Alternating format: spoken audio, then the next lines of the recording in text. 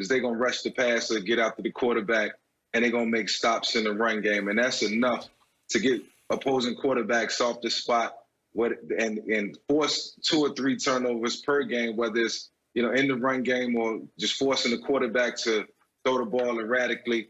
It creates opportunity. On the offensive side of the ball, they do enough. Carson Wentz has, fought in games and he's battled, and you have to respect that. And, the fact that they have guys who pretty much guys who came off the practice squad and has been developed by Doug Peterson, says a lot about the Philadelphia Eagles. So that they finding ways to win. They haven't won too many games, 2 max, had a tie. But, nevertheless, they are staying in games. They are fighting. They are battling to the end. And Carson Wentz is doing whatever it takes, regardless of the circumstances and conditions, to play winning football. They might not get the outcome that they want, but they playing winning football. And, so far, so good, at the end of the day, atop the NFC East for whatever it's worth. And that's just something that they can hang their hats on right now. And, hopefully they'll continue to get healthy and the defensive line can continue to create stops and get turnovers and give the offense opportunities to go out there and try to make some plays. I'm not going to say the Eagles are clearly better, but I believe they're better, Skip, because what I see from the Eagles every single game is I see fight. And that's something that I haven't seen on a consistent basis or hardly ever this season from the Cowboys. And therein lies the thing. Skip, look, when I first went to Baltimore in 2000, that offense really wasn't catered to what I do. But I can't say because I dropped the ball, Skip, man, this offense ain't built for me. Because I'm not hustling, because I'm not where I'm supposed to be, I'm blowing assignment. Skip, this defense ain't really suited for me, Skip. Well, you're supposed to have force. If you force, the defense would be for you because you be in position to make a play. Skip, I just don't like the excuse making. And you were seeing a lot of that because if you look at the Eagles, they're in a very similar situation as the Cowboys. You look at their entire offensive line, with the exception of Kelsey, he's the only starter that started the season. Just like Connor Williams is the only starter that started the season. You look at the skill position. Alshon has been out basically the whole year. D-Jack played basically a game, a half a game. He's out. Both of their tight ends are missing. Miles Sanders is now out. They just keep fighting, keep plugging, making no excuses. Guys play hard. Carson Wentz taking a pounding every single game. He has been hit and sacked as many as anybody other than Joe Burrow. All he does is just keep fighting, keep hanging on. So that's why I'm going to say they're better, because they're going to fight tooth and nail to the end, and they don't make any excuses. And last night, Mike, they overcame some horrible play calling and some horrible decision-making by Dougie P. Because you take the 3 points on 4th and goal from the 3. I agree. With a banged-up offensive line, man, you had to kick that. Oh, and then you come back with the other 2-point play. Never mind. But anyway, I'm going to take the Eagles saying they're slightly better than the Cowboys. But, Skip, that ain't saying much. Ha, ha, ha. So, for our viewers out there, this is what I'm up against. Even though Michael Vick originally was an Atlanta Falcon, he really kind of bleeds some green because he loves his Philadelphia Eagles, and I'm good with that. I got no issue with that. And the guy across from me at the table live here in studio despises the Dallas Cowboys. He lives to hate the Dallas Cowboys. So I got it. You're going to say, yeah, and you're actually reasonably objective in your assessment. Yes. Okay. I will give you this. The Eagles are playing better than the Cowboys are playing. I do not believe, and I'm going to be stubbornly proud about this because I was born and raised a Cowboy fan, I do not believe the Eagles are better than the Cowboys. They're just not, I believe the Cowboys are more talented than the Eagles on both sides of the ball. I give you the defense.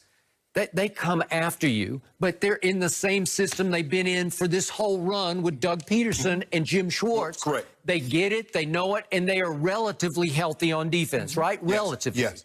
The offenses are similarly decimated. Very. And you could argue yours is even more. You could certainly make that case, although I don't know. The offensive line, I think the Dallas one is worse off than your Philly one.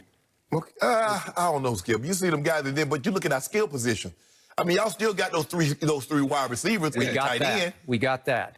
But every time I see Boston Scott come out of nowhere, He looks like he's better than Clyde Edwards-Helaire ever thought about being. I'm serious. I'm serious. No, does he not play big? Yeah, he does. And down the stretch in those 4 games last year, I feel sorry for him because they put Miles Sanders back in, and I like Miles Sanders. But listen, this kid, he just rises, literally rises and shines. And my least favorite quote after the game was from Carson Wentz, who said, when I let the last one go, the touchdown throw, he said, I thought it was a little high, but he plays so much bigger than he is. I'm getting sick and tired of seeing that highlight. I think a 5'6" guy was going to make that catch. 5'6", and he goes up and snatches it. It's a rocket straight over his helmet. It's a hard catch, man. And Peppers is all over him. Yes. Can you play that much better than Peppers played it, except getting your hand on the football?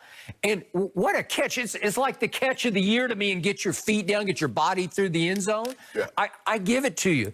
But I don't buy Carson Wentz. I don't believe in him. You got to. Yeah, he's more bounce it to him than he's walk it to him. Skip, he showed you last night. Did you see the throws on the sideline? The one to Fulgham, the one to who was that? Hightower. The one he dropped in the bucket to Hightower. Skip, the rookie. Yeah, he keep making these plays. You not convinced yet? No, I'm not, because he had a QBR of 55 last night, which is barely above average, and Danny Dimes had a 76 QBR. So that stat says Danny Dimes outplayed Carson Wentz in Philadelphia. Yep. And that first interception he threw, that tied him for the league lead in interceptions with Kirk Cousins. So Carson Wentz, Kirk Cousins. Who you got? I'm taking.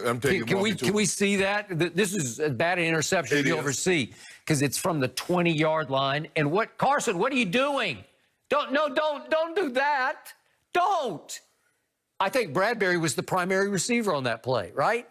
What are you doing? I mean, that's to my point, Skip. You know, Carson's gonna make some erratic throws. He will. You know, he's gonna play sporadic at times, but they continuously battle. Like they are in the game, and they always come out hot. They always come out. They always score a touchdown in the first 15 of the game, and make you believe that the Philadelphia Eagles are back and they have arrived. But you know, things start to always go south, and it's a different look every single time. But they stay in the games. They are competitive.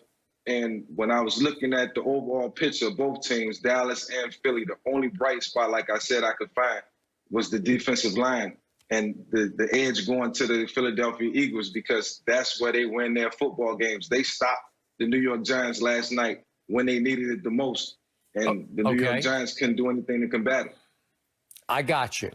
But with 2:14 left in the game, they gave Danny Dimes just enough time to get off a great throw to his tight end, Evan Ingram. If we could see this, please. And it's a pretty routine catch, certainly for a Shannon Sharp. But this is a ball you have to put in your back pocket. This is a catch that's going to set you up 1st and 10 at the 15-yard line. And you are about to be able to at least kick the field goal that is going to ice the game in favor of the visiting team. Am I right? You said.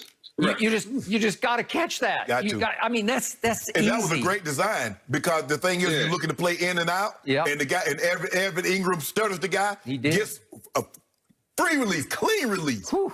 You just got to catch. You got to finish the play. Okay, so that's how close. Yeah, that's how close you were. We'd be having a whole. The Eagles are 1-5-1 if he makes that catch, right? Yeah. Okay. But you got me. Right now, my team's horrible. My team's got nothing going. Yeah, I like that. I like the way you say that. You emphasize horrible. Well, they're horrible. They're on pace to give up more points than any team in the history of pro football. Counting on that. How can I defend that? Counting on it. They have the most turnovers in all of pro football, and they have the worst turnover differential. Not surprised. How can I can't defend it, right? But Skip. Skip. Go ahead, Mike. You spoke about Boston Scott. And Boston Scott came off the practice squad, and he was developed last season. He emerged last season as a playmaker, so to speak. The Dallas Cowboys have every opportunity to develop those guys that's on the practice squad, just like everybody else. And I think this would be a message to every team around the league to get the second and third team guys ready. Yep.